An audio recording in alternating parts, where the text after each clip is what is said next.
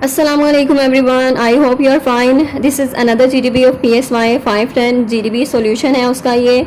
और इस पे उन्होंने आपसे ऑप्टिमिज़म के बारे में पूछा है कि ऑप्टिमिज़म जो वर्क प्लेस पे होती है, यानी ऑप्टिमिज़म मीन्स आपकी जो पॉजिटिव आउटलुक है, आपका पॉजिटिव पर्सपेक्टिव जो है लाइफ को लेकर और लाइफ के डिफरेंट एस्पेक्ट्स को लेकर, एक पॉजिटिव सोचना, यानी एक बंदे का पॉजिटिव माइंडसेट है, तो वो ऑप्टिमिज़म यानी optimism is the positive thing. ठीक है, पॉजिटिव चीज़ें, यानी आप पॉजिटिव चीज़ें ही देखते हैं, पॉजिटिव सुनते हैं, पॉजिटिव आप समझने की कोशिश करते हैं और हर चीज़ में आप पॉजिटिविटी ढूंढने की कोशिश करते हैं। ठीक है, यानी नेगेटिव माइंडसेट नहीं है, आपका पॉजिटिव माइंडसेट है, तो ये ऑप्टिमिज़म होती है। ऑप्टिमिज़म बहुत ज़रूरी है आपकी अच्छी परफॉर्मेंस के लिए। ठीक है, तो अब इन्होंने क्या पूछा है, इन्होंने कहा है कि ऑप्टिमिज़म जो वर्क प्लेस पे होती है, जहाँ भी आप काम कर रहे होते हैं, जो भी ऑर्गेनाइजेशन है, इंस्टीट्यूशन है, वहाँ पर ये is a motive and a motivator. यहाँ पर ये मोटिव है या और मोटिवेटर है, यानी मोटिव भी है और मोटिवेटर भी है। इसको आपने इससे एग्री करना है या डिसएग्री करना है, वो आपने बाद में डिसाइड करना है, पहले इसको समझ लें आप। And discuss the potential challenges, और वो दूसरा जो है ये नेक्स्ट पार्ट बाद में देखेंगे।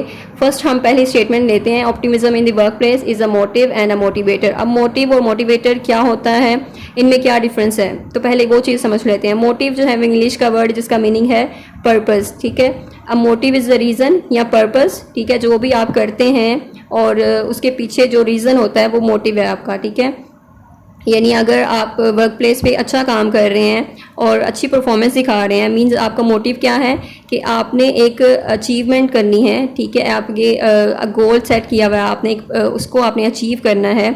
आपकी डिज़ायर है कि आप रिकग्नाइज्ड हों इंस्टीट्यूशन में, आपको प्रमोशन मिले, आपको जो एक फुलफिलमेंट की या फिर एप्रिसिएशन की नीड जो होती है, वो चीज़ वो सारी हैं आपका मोटिव है। यानी आपके जो भी बिहेवियर है उसके पीछे एक मोटिव है जो कि आपको उसको कंटिन्यू करने में हेल्प आउट कर रहा है, और जो एक ड्राइविंग फोर्स है। ठीक है, आपका जो मोटिव है वो एज अ ड्राइविंग फोर्स जो है वो आपको हेल्प आउट कर रहा होता है उन चीज़ों को परफॉर्म करने में।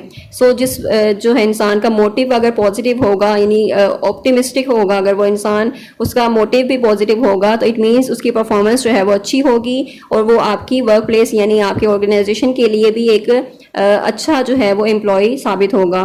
सो मोटिव ये है। नेक्स्ट है मोटिवेटर। अब मोटिवेटर मीन मोटिवेट करने वाला, यानी मोटिवेट करने वाली चीज़ भी कह सकते हैं हम इसको।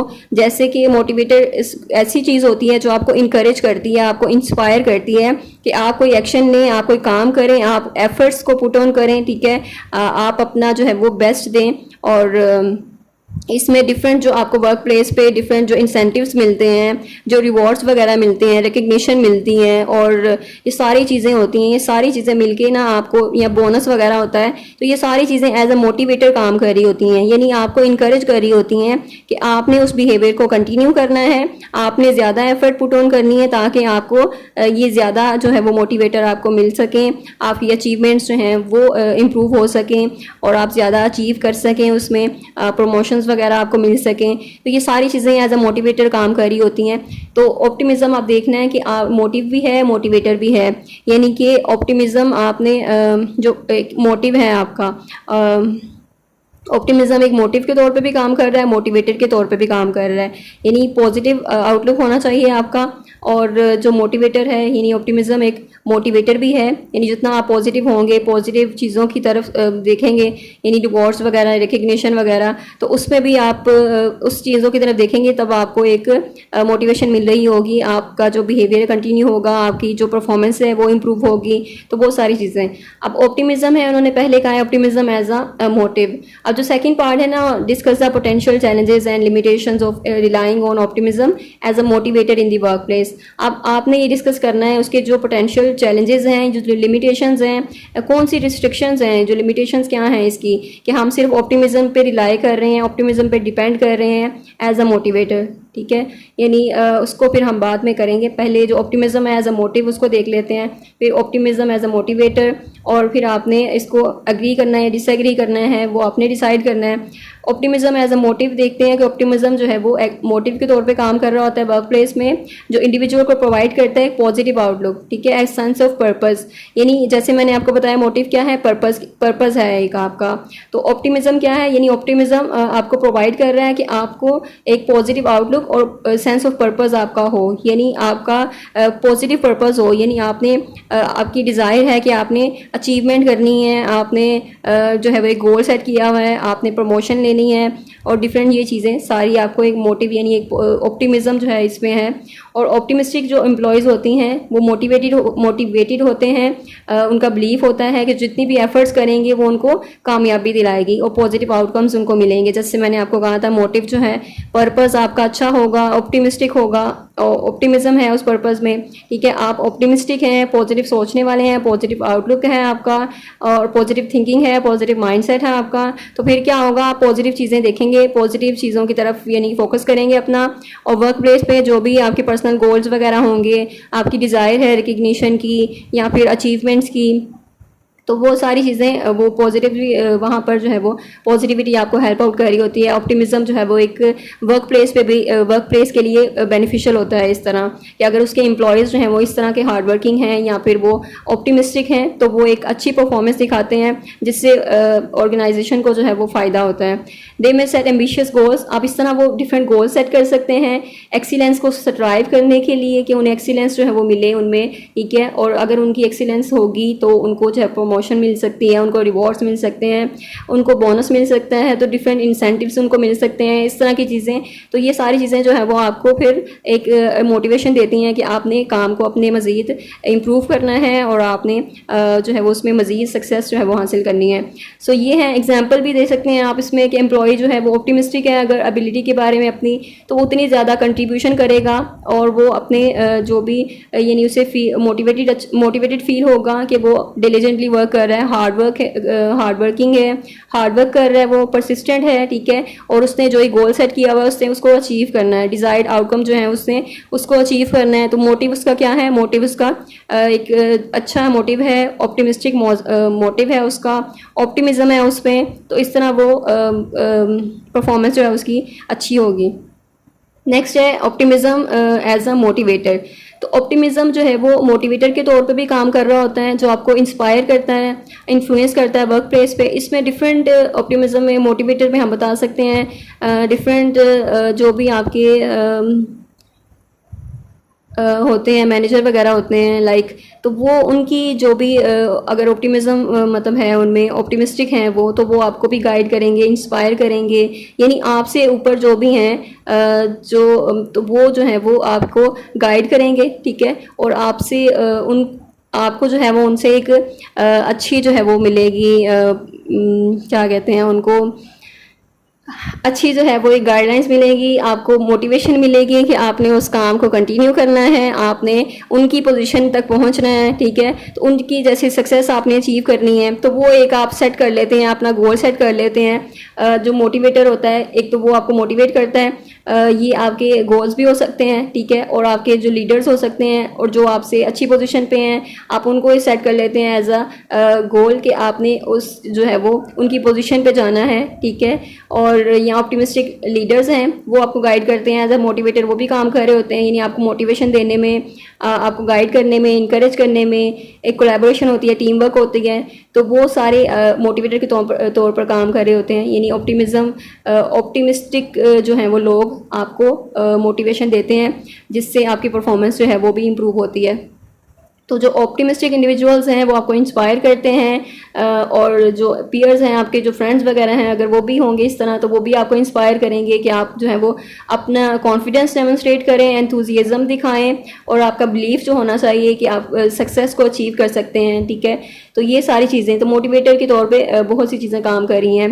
एग्जांपल आप मैनेजर की दे दें कि मैनेजर है जो ऑप्टिमिस्टिक एटीट्यूड को मेंटेन कर रहा है और कम्युनिकेट कर रहा है clear vision for the future, ठीक है। तो ये सारी चीज़ें आपको मोटिवेट कर रही हैं कि आप एज अ टीम मेंबर आप इकट्ठे काम करना है आपने और एक्सीलेंस के लिए स्ट्राइव करना है, उसके लिए कोशिश करनी है, ठीक है, कि आप अपनी परफॉर्मेंस जो है वो बेटर कर सकें, आप सबकी परफॉर्मेंस अच्छी हो जिससे जो है आपकी जो प्रोडक्शन है वो इंक्रीज़ हो, जो इंस्टीट्यूशन की ऑर्गेनाइजेशन की प्रोडक्शन है उसमें इंक्रीमेंट हो, तो फिर उससे क्या होगा, आपको भी फ़ायदा होगा इस चीज़ का और जो ऑर्गेनाइजेशन है उसको भी।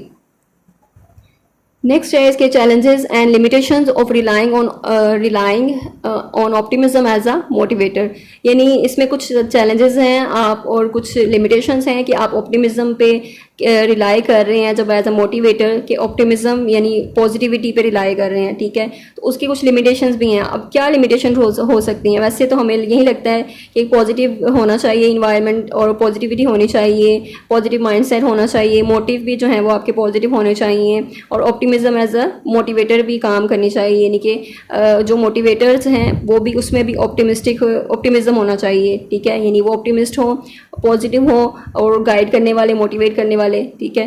तो ये सारी चीज़ें, लेकिन हम ये जो है वो हम नहीं सोच सकते कि लिमिटेशंस क्या हो सकती हैं। लिमिटेशंस यही हो सकती हैं कि इसमें बहुत ज़्यादा यानी कि अनएक्सपेक्टेड, कभी हम ऑप्टिमिस्ट होते हैं अगर, तो हम अनएक्सपेक्टेड से जो है ना चीज़ें वो फ़र्ज़ कर लेते हैं, अनरियलिस्टिक सी एक्सपेक्टेशंस होती हैं हमारी, ठीक है, रियलिटी से ज़्यादा दूर चले जाते हैं। कभी बहुत ज़्यादा ऑप्टिमिज्म हो जाना यानी कि रियलिटी को आपने इग्नोर कर दिया और इस तरह पोटेंशियल रिस्क वगैरह सारी चीज़ें आपने इग्नोर कर दी, तो वो उस सारी चीज़ों को वो भी कंसीडर करना होता है, एक प्रिकॉशंस भी कंसीडर करनी होती हैं। ऑप्टिमिज्म यानी ऑप्टिमिस्टिक ठीक है आप, लेकिन अनरियलिस्टिक एक्सपेक्टेशंस हैं, ये दूसरी चीज़ें हैं, ये सारी लिमिटेशंस हैं, ये चैलेंजेस हैं ऑप्टिमिज्म को, ठीक है, कि ऑप्टिमिज्म एज अ मोटिवेटर अगर काम कर रहा है तो उसमें ये चैलेंजेस हैं उसको, कि उसको जो है वो अनरियलिस्टिक एक्सपेक्टेशंस जो है उसको अवॉइड करना है।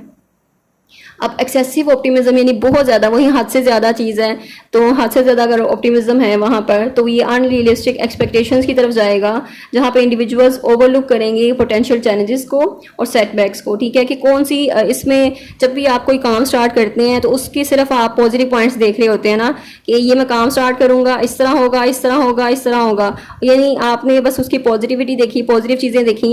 जब आप नेगेटिव को इग्नोर कर देते हैं बिल्कुल भी, यानी कि फेलियर भी हो सकते हैं, इसमें ये भी चीज़ आएगी, इसमें आप इस तरह से फेल भी हो सकते हैं, ठीक है, तो आपने गिव अप नहीं करना, तो सारी चीज़ें यानी आपने दोनों पॉइंट्स को देखना होता है, दोनों पॉइंट्स को कंसीडर करना होता है। लेकिन आप जब ऑर्गेनाइजेशन में सिर्फ यही बताते हैं, उसके पॉजिटिव पॉइंट्स बताते हैं, सिर्फ ऑप्टिमिज्म पे फोकस करते हैं, तो क्या होता है, अनरियलिस्टिक एक्सपेक्टेशंस होती हैं, और जो एम्प्लॉयज़ होते हैं अगर वो सेट कर लेते हैं वो एक्सपेक्टेशंस उनकी जो होती हैं, लेकिन जब वो पूरी नहीं होती तब उनको ज़्यादा अफसोस होगा, दुख होगा, और फिर वो काम हो सकता है उनकी मोटिवेशन लो हो जाए, उस काम को उस तरह कंटिन्यू ना कर पाएँ। तो ये है कि अनरियलिस्टिक एक्सपेक्टेशन नहीं होनी चाहिए और ओवर ऑप्टिमिज्म नहीं होना चाहिए, या फिर कह लें कि ओवर कॉन्फिडेंट जो है वो नहीं होना चाहिए। तो दोनों चीज़ों को कंसीडर करना चाहिए, पॉजिटिव भी चीज़ें होती हैं, नेगेटिव भी होती हैं, और उन दोनों को कैसे फिर डील करना है आपने, ये जो है वो ज़्यादा ज़रूरी है, इसमें जो लिमिटेशन है कंसीडर करना इसको।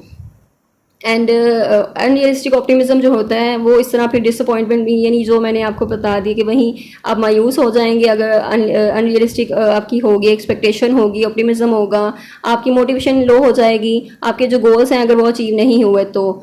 For example overly optimistic sales जो है वो टीम, अगर उन्होंने अनरियलिस्टिक से टारगेट सेट किए हुए हैं ना, विदाउट कंसिडरिंग मार्केट कंडीशन, यानी मार्केट कंडीशन को देखे बगैर ही उन्होंने अनरियलिस्टिक से एक्सपेक्टेशन सेट कर लिए हैं, गोल सेट कर लिए हैं, टारगेट सेट कर लिए हैं, अब वो टारगेट्स जो है वो अचीव नहीं हो पा रहे, सो वो उनकी डीमोटिवेशन हो जाएगी, और वो जो है वो उनके जो गोल्स हैं अगर वो नहीं उनको मीट कर पाए तो वो डीमोटिवेट हो जाएंगे। तो ये बहुत बड़ा एक कॉज है, यानी बहुत बड़ी लिमिटेशन है कि हमें ऑप्टिमिज्म जो है वो एक्सेसिव नहीं होनी चाहिए, ओवर ऑप्टिमिज्म नहीं होनी चाहिए।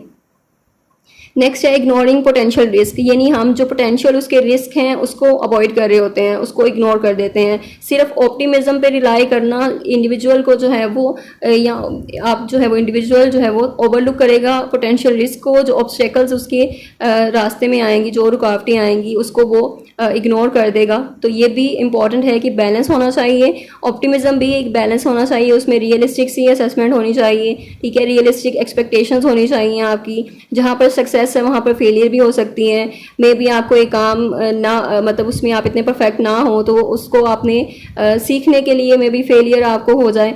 तो ये चीज़ें हैं कि आप फेलियर भी होंगे, उसके बाद फेलियर के बाद आप में भी आपको फिर सक्सेस मिले, तो वो दोनों चीज़ें साथ साथ ही चलेंगी। ये नहीं है कि आप सक्सेसफुल रहेंगे तो हर बार ही आपको सक्सेस मिलेगी, या जो भी टारगेट सेट किया हमेशा वो टारगेट आप अचीव कर लेंगे, तो ऐसा नहीं होगा, बल्कि कभी कभी आप उसमें फेल भी होंगे। तो दोनों चीज़ों को एक्सेप्ट करना चाहिए एंड एग्जांपल इसकी दी है कि टीम जो है अगर ओवरली फोकस करे ऑप्टिमिज्म पे और उसके पोटेंशियल जो रिस्क हैं, जो उसके कंपिटिटर्स हैं, जो भी उसके ऑब्स्टेकल्स हैं उसको इग्नोर कर देता है, ठीक है, तो वो क्या होगा, उसकी मोटिवेशन लूज़ हो सकती है और जो भी अगर रुकावटें अगर आई उसके रास्ते में तो उसको देखकर वो पैनिक भी हो सकता है, ठीक है। अगर उसके पहले ही उसका माइंडसेट नहीं बना हुआ, उसके बारे में वो तैयार नहीं है उस चैलेंज को फेस करने के लिए, इतना ज़्यादा ऑप्टिमिज्म यानी उसमें है था कि उसने ये सारी चीज़ें इग्नोर कर दी थी और ये रिस्क वगैरह जो पोटेंशियल हो सकते हैं उसको भी इग्नोर कर दिया था।